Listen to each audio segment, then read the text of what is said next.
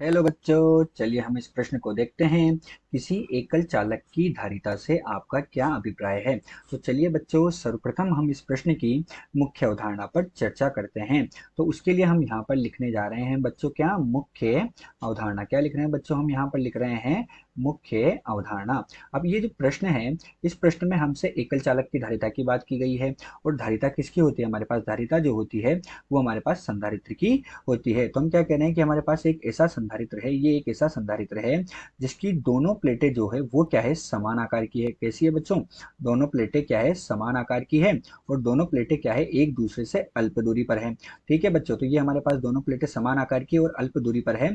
तो ऐसा संधारित्र समांतर पट्ट संधारित्र कहलाता है। और प्रत्येक संधारित्र में दो प्लेटें होती है, ये होती है इसकी प्रथम प्लेट और ये हमारे पास क्या होती है, इसकी द्वितीय प्लेट होती है। तो यही हमारे पास इस प्रश्न की मुख्य अवधारणा है। तो चलिए बच्चों, अब हम मुख्य अवधारणा के आधार पर प्रश्न को क्या करते हैं, हल करते हैं। तो अब हम प्रश्न के हल में देख रहे हैं कि हमारे पास क्या ये संधारित्र है। हमने कहा संधारित्र की दो प्लेटें होती है। तो हमारे पास ये संधारित्र की पहली प्लेट है और ये हमारे पास क्या है, संधारित्र की दूसरी प्लेट है। और हमसे प्रश्न में पूछा गया कि एकल चालक की धारिता से क्या अभिप्राय है। तो एकल चालक का अर्थ होता है ऐसे चालक की धारिता या ऐसे संधारित्र की धारिता जिसकी दूसरी प्लेट कहाँ हो, अनंत पर हो। अर्थात हमारे पास क्या होता है, ये संधारित्र की दो प्लेटें हैं, अगर उसकी दूसरी प्लेट हमारे पास कहाँ हो, अनंत पर हो। कहाँ पर हो बच्चों, अनंत पर हो, तो वो हमारे पास क्या कहलाता है, एकल चालक कहलाता है। या वो हमारे पास क्या कहलाती है, एकल चालक की धारिता कहलाती है। तो एक ऐसा संधारित्र जिसकी दूसरी प्लेट अनंत पर हो, वो हमारे पास एकल चालक की धारिता कहलाती है। यही इस प्रश्न का उत्तर है। आशा करते हैं आपको प्रश्न समझ आया होगा। धन्यवाद।